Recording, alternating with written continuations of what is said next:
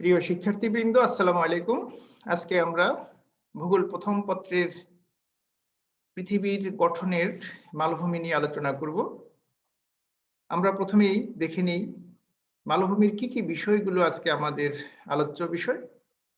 আজকে আমরা মালভূমির সংজ্ঞা, মালভূমির বৈশিষ্ট্য, মালভূমির সৃষ্টির কারণ, এর শ্রেণী বিভাগ এবং মানব জীবনে মালভূমির কি প্রভাব রয়েছে এটা নিয়ে আমরা আলোচনা করব। মালভূমি ভূপৃষ্ঠের একটি উল্লেখযোগ্য ভূমিরূপ।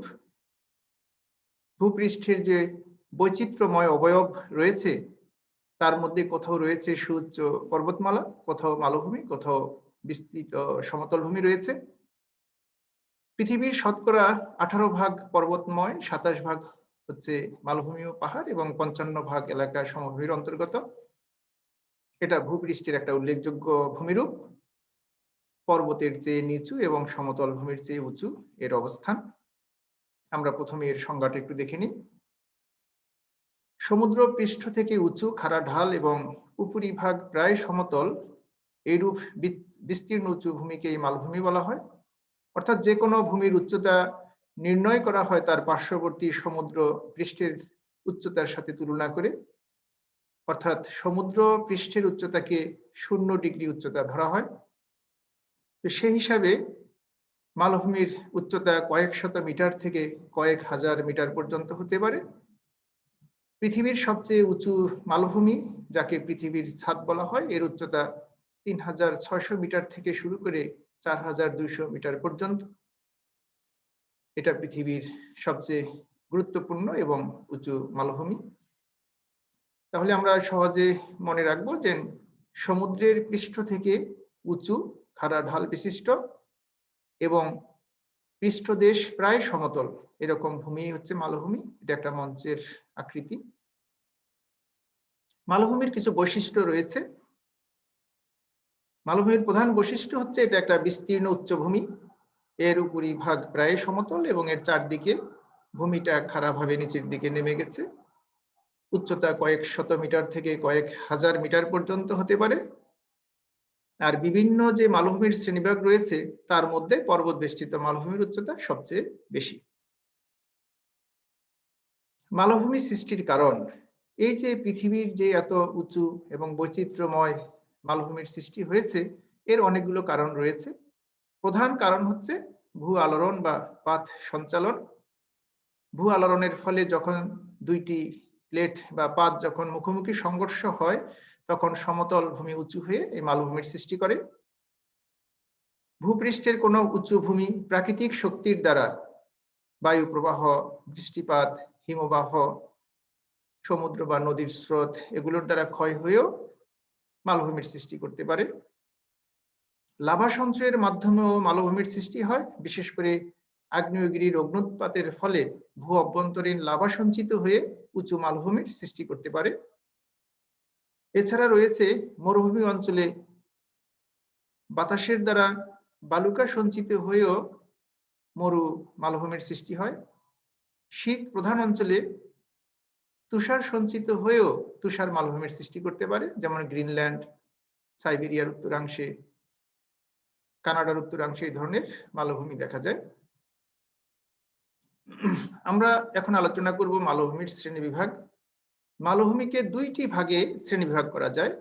একটি হচ্ছে গঠন এবং শিলার অঙ্গসংস্থান অনুসারে, আর একটি হচ্ছে অবস্থান অনুসারে, মানে কোথায় অবস্থিত, পর্বতের মধ্যে, পর্বতের পাদদেশে, না পর্বত থেকে অনেক দূরে বিচ্ছিন্নভাবে গড়ে উঠেছে। এভাবে দুই ভাবে শ্রেণীবিভাগ করা হয়। আমরা প্রথমে আলোচনা করব গঠন প্রণালী ও শিলার অঙ্গসংস্থান অনুসারে।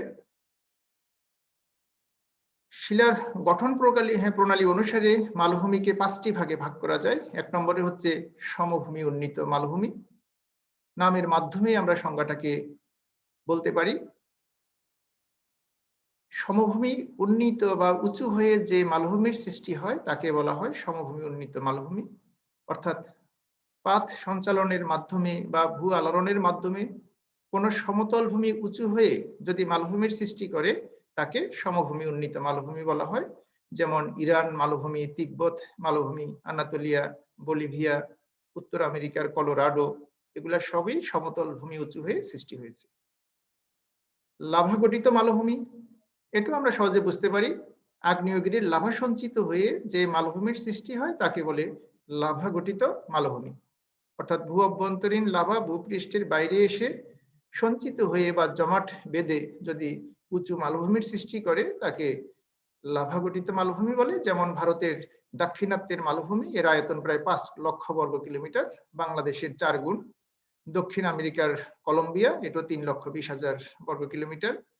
এই ধরনের মালভূমিগুলো পৃথিবীতে রয়েছে। পাশে একটি চিত্র দেখতে পাচ্ছি আমরা ডেকান প্লেটু, ডেকান মানে দাক্ষিণাত্য ভারতের।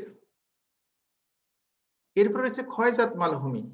কোনো উঁচু পর্বত বা কোনো উঁচু ভূমি প্রাকৃতিক শক্তির দ্বারা ক্ষয়প্রাপ্ত হয়ে যদি মালভূমিতে পরিণত হয় তাকে ক্ষয়জাত মালভূমি বলা হয়।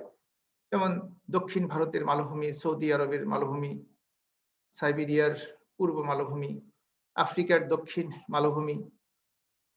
আরেকটি হচ্ছে যে ইউরোপের ক্যালিডোনিয়ান একটি পর্বত শ্রেণী ছিল, এটা ক্ষয় হয়ে ধীরে ধীরে ফিজেল্ট মালভূমিতে পরিণত হয়েছে, আমরা চিত্র দেখতে পাচ্ছি। এবং বায়ুর দ্বারা, তুষারের দ্বারা মনে হয় যেন কোনো ভাস্কর এটাকে তৈরি করেছে, এই ধরনের মালভূমির সৃষ্টি হয় ভূপৃষ্ঠে। আরেকটি রয়েছে তির্যক মালভূমি। তির্যক মানে হেলানো, কাত হয়ে। ভূ আলোড়নের দ্বারা যখন দুইটি পাত বা ভূখণ্ড সংঘর্ষ হয় তখন একটি পাত অন্যটির নিচে চলে যায়। এইভাবে যেই মালভূমিটা বা যেই ভূমিটা উপরের দিকে উঠে যায় সেই মালভূমিটা এক পাশ কাত হয়ে অবস্থান করে, যাকে তির্যক মালভূমি বলে। অর্থাৎ ভূ আলোড়নের দ্বারা সৃষ্ট যেই মালভূমি এক পাশ কাত হয়ে অবস্থান করে তাকে তির্যক মালভূমি বলা হয়। যেমন আফ্রিকার সোমালিয়া, ভারতের মেঘালয়, ব্রাজিল, স্পেনের মেসেটা, এই ধরনের তির্যক মালভূমি। এরপরে অবস্থান অনুসারে মালভূমির শ্রেণীভাগ করা হয়েছে। মালভূমিটি কোথায় অবস্থিত এর উপর ভিত্তি করে। যেমন পর্বত বেষ্টিত মালভূমি, যে মালভূমির চারদিকে পর্বত দ্বারা আবৃত, পর্বত দ্বারা ঘেরা অবস্থায় রয়েছে, এদেরকে বলা হয় পর্বত মধ্যবর্তী মালভূমি। এই ধরনের মালভূমি পৃথিবীর সবচেয়ে উঁচু মালভূমি, 3000 থেকে 5000 মিটার পর্যন্তের উচ্চতা। যেমন তিব্বত মালভূমি, তারপরে রয়েছে তারিম মালভূমি, এরপরে রয়েছে ইরান মালভূমি। এগুলোর চারদিকে পর্বত দ্বারা বেষ্টিত। আমরা এখানে ছোট্ট একটি ভিডিও দেখব তিব্বত এর পামির মালভূমি, এটা আমাদের ভালো লাগবে। আমরা চিত্রটা একটু দেখি।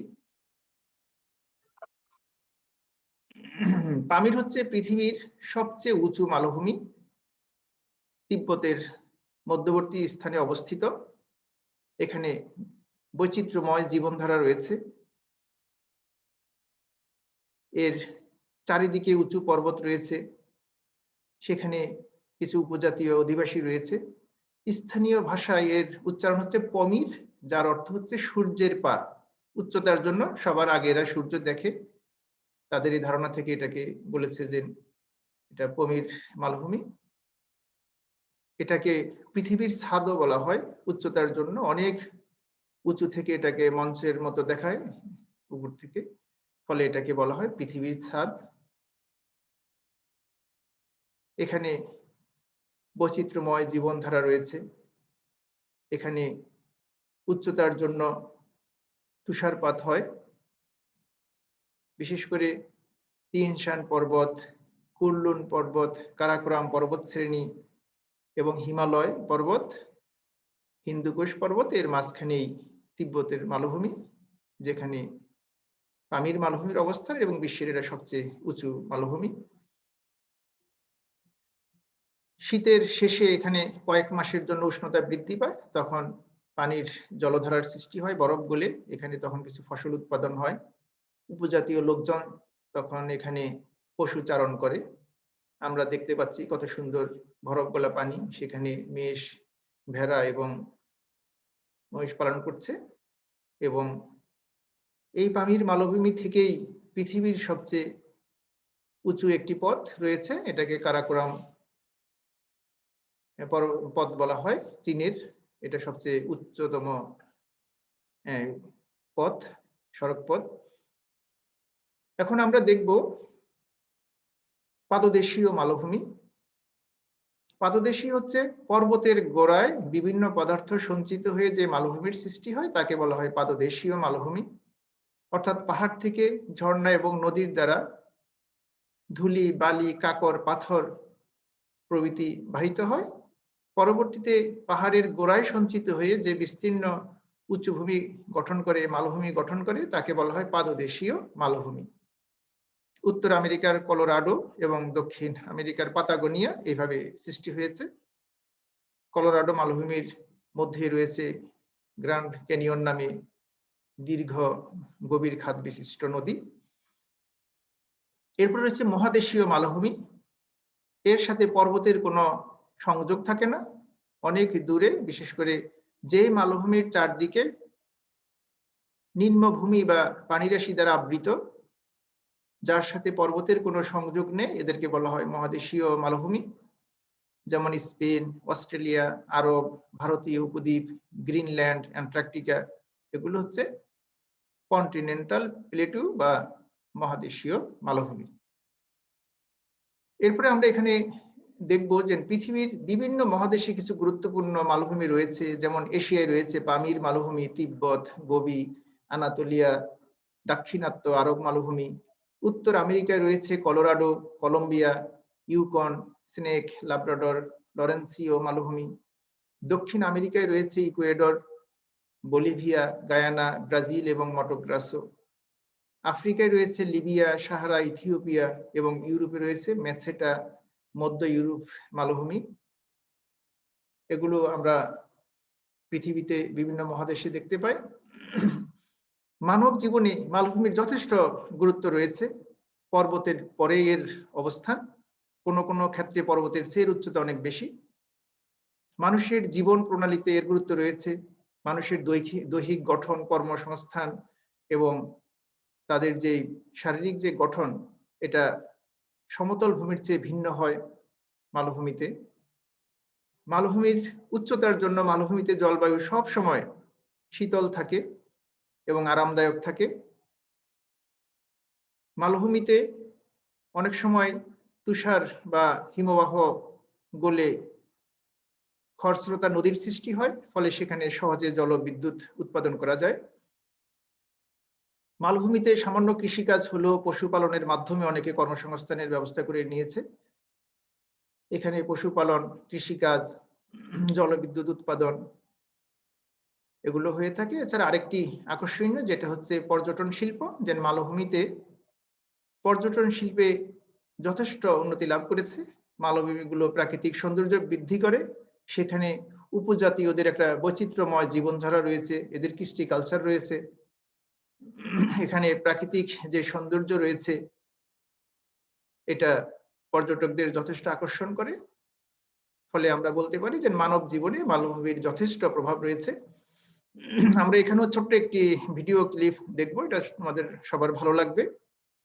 আমরা জানি যে নিরক্ষরেখার উপর অবস্থিত দক্ষিণ আমেরিকার একটি দেশ ইকুয়েডর, এটা একটা মালভূমির উপরে অবস্থিত, যেখানে সূর্য সারা বছরে লম্বভাবে কিরণ দেয়, কিন্তু উচ্চতার জন্য ইকুয়েডরের রাজধানী কিটোতে সারা বছরই বসন্তকাল বিরাজ করে। প্রচুর পর্যটক এখানে ভিড় করে, চমৎকার সুরম্য নগরী এখানে গড়ে উঠেছে।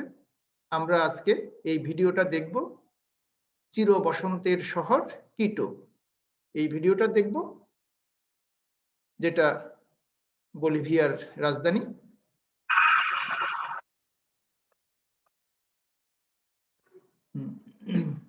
চমৎকার এদের বিভিন্ন দালান কোঠার গঠনশৈলী। লক্ষ লক্ষ পর্যটক এখানে আসে, যেখানে সাংস্কৃতিক একটা ঐতিহ্য রয়েছে। 12 মাসে এখানে বসন্তকাল বিরাজ করে। এজন্য ইকুয়েডরের রাজধানী কিটোকে বলা হয় চির বসন্তের শহর। পাহাড়ের পাদদেশে মালভূমির উপরে অনেক চমৎকার সুরম্য অট্টালিকা গড়ে উঠেছে, অনেক প্রাচীন স্থাপত্য এখানে। উচ্চতার জন্য এখানে মেঘমালা অনেক কাছ দিয়ে অতিবাহিত করে, প্রবাহিত হয়।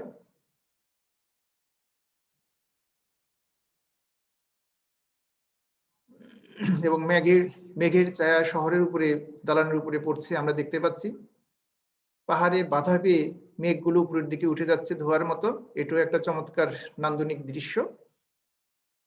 এজন্য বলিভিয়ার লাপাজ, ইকুয়েডরের রাজধানী কিটো, এখানে প্রচুর পর্যটক এখানে ভ্রমণ করতে যায়। আমরা ভিডিওটি দেখলাম। আমরা প্রায় শেষ পর্যায়ে চলে আসছি। আজকে আমরা এখানেই শেষ করছি। সবাই ভালো থাকবে, সুস্থ থাকবে এবং বাসায় থাকবে, নিরাপদে থাকবে। ধন্যবাদ সবাইকে।